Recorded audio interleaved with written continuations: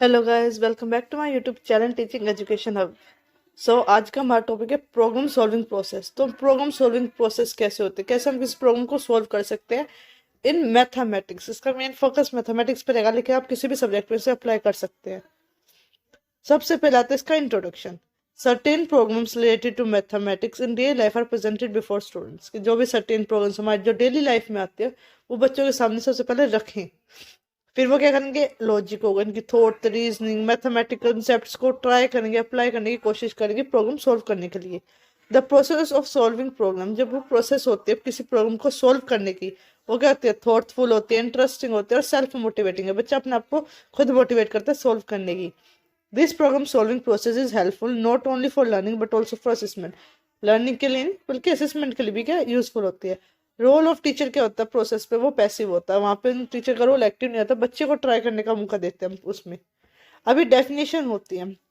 Definition क्या है कि प्रॉब्लम सॉल्विंग एक प्लान अटैक है on difficulty for finding out satisfactory solution. कि एक हमें सॉल्यूशन, किसी एक सॉल्यूशन को फाइंड करने के लिए जितनी भी डिफिकल्टी होती है उसे हम क्या कहते हैं, प्रॉब्लम सॉल्विंग कहते हैं। किसी प्रॉब्लम को सॉल्व करना।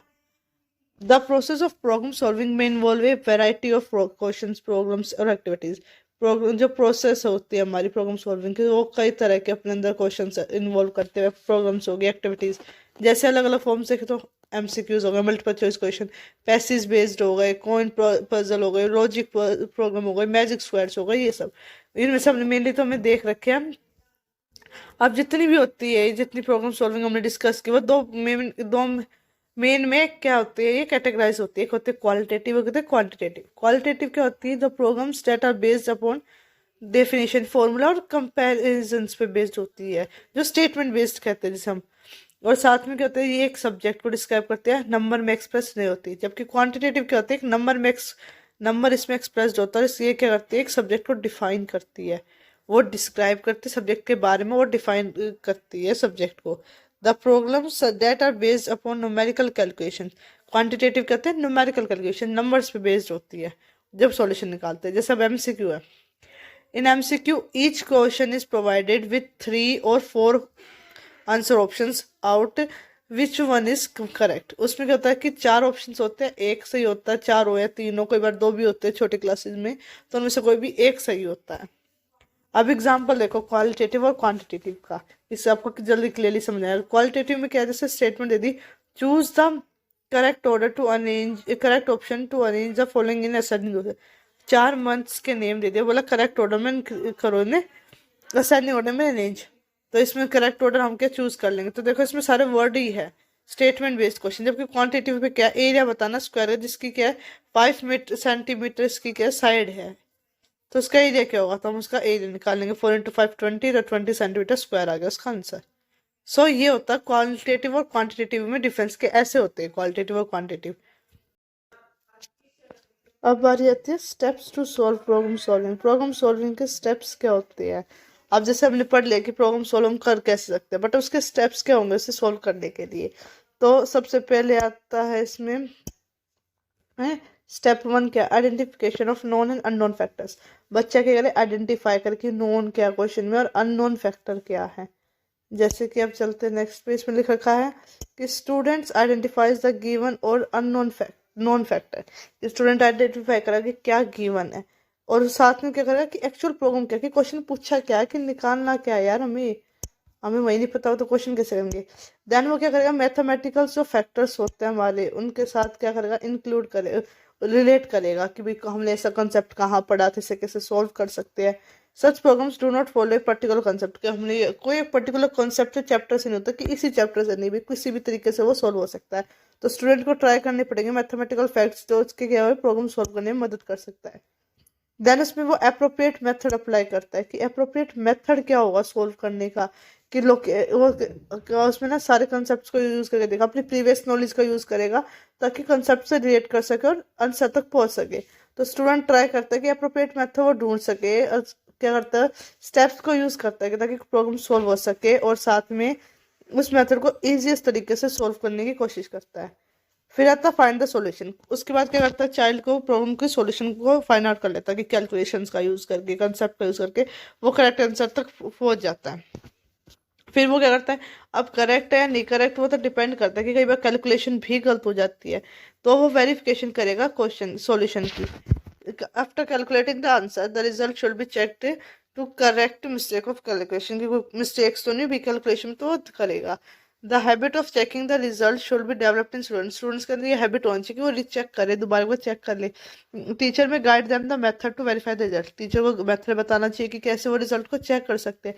जैसे हम बच्चों को कहते हैं कि भाई पेपर होने का देखो रीचेक करना चाहिए, क्यों, क्योंकि वो एसेंशियल होता है कि उसमें कई सारी गलतियां जो हमने पहले की वो आइडेंटिफाई हो जाती है।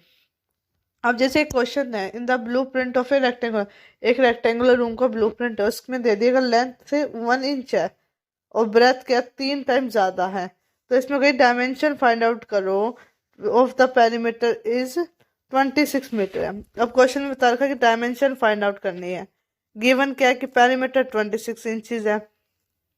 फॉर्मूला क्या लगता है, 2 इंटू लेंथ प्लस ब्रेथ, जबकि हमें लेंथ क्या रखी, अगर वो 1 मीटर है तो ब्रेथ क्या होगी 3 मीटर, तो लेंथ क्या होगी 3x इंटू 1, और लेंथ में x की वैल्यू कितनी रखेंगे हम 3 इंचज, तो लेंथ आ गई हमारी 10 और ब्रेथ आ गई हमारी 3। तो वेरीफाई कैसे किया, 2 इंटू लेंथ इंटू ब्रेथ रख दिया हमने, पेरीमीटर 26 दिया हुआ था, लेंथ 10 है, ये 3, तो मल्टीप्लाई करें तो 26 इंचज सही आ गया हमारा, तो पेरीमीटर 26 आ, तो इट मीन्स लेंथ और ब्रेथ हमारी बिल्कुल ठीक है। अब ऐसे ही क्वेश्चन है कि डैन ने क्या किया, फ्रूट्स लिए सेल से, तो उसने जो पहले 3 पीसेस थे फ्रूट्स के वो $1 के लिए, एक पीस $1 का था, फिर इसके बाद जितने से पीसेस लिए वो उसे पड़े 0.75 इंचज के, $0.75 के, तो उसने सेल्स टैक्स क्या था 8.5% दिया था टोटल कॉस्ट पर। तो अगर डैन 7 पीस लाएगा तो उसे कितना टोटल कॉस्ट देनी पड़ेगी टैक्स के बाद। तो स्टेप 1 में बच्चे ने क्या किया, आइडेंटिफाई की प्रॉब्लम, उसने देखा कि इसमें पूछा है कि 3 फ्रूट की कॉस्ट थी भाई $1 और 4 की कॉस्ट पड़ी 0.75, तो इसने टोटल टैक्स निकाल लिया इस पे 8.5, फिर इसका क्या टैक्स तो 0.085, उसने हमने डेसिमल में कन्वर्ट कर दिया। देन उसने एक डेवलप किया एक प्लान कि 3 जो थे भाई 3 उसने $1 के लिए तो 3 को 1 से मल्टीप्लाई कर दिया, 4 उसने 0.5 से मल्टीप्लाई कर दिया, फिर टैक्स के लिए उसने क्या किया, जो भी टोटल आएगा उससे हमने मल्टीप्लाई कर दिया 0.085 से, फिर उसने इवेलुएट किया, तो वही उसने जो ये आपसे जो इक्वेशन निकाली थी वो यहाँ पुट की, दोनों को सॉल्व किया और इसका आंसर आ गया $6। $6 के आने के बाद उसने यहाँ पे क्या था, मल्टीप्लाई करने को बोलता 0.085 से, तो इसने वो भी कर दिया 0.5 में, तो टोटल इसे और इसे क्या कर दिया ऐड। फिर स्टेप 4 में उसने एसेस किया, उसने एक बार सारी कैलकुलेशन देखी, डबल चेक किया उस सबने काम को, फिर उसने देखा कि उसका आंसर सही कोई सेंस बना रहा है नहीं बना रहा, और उसने अपने डॉलर साइंस को उसने इंक्लूड किया नहीं किया कि हर क्वेश्चन में किसी रुपीज का रखा तो मैं रुपीज का साइन मस्ट लगाना, डॉलर का रखा तो डॉलर का साइन जरूरी होता है, तो उसने रीचेक किया।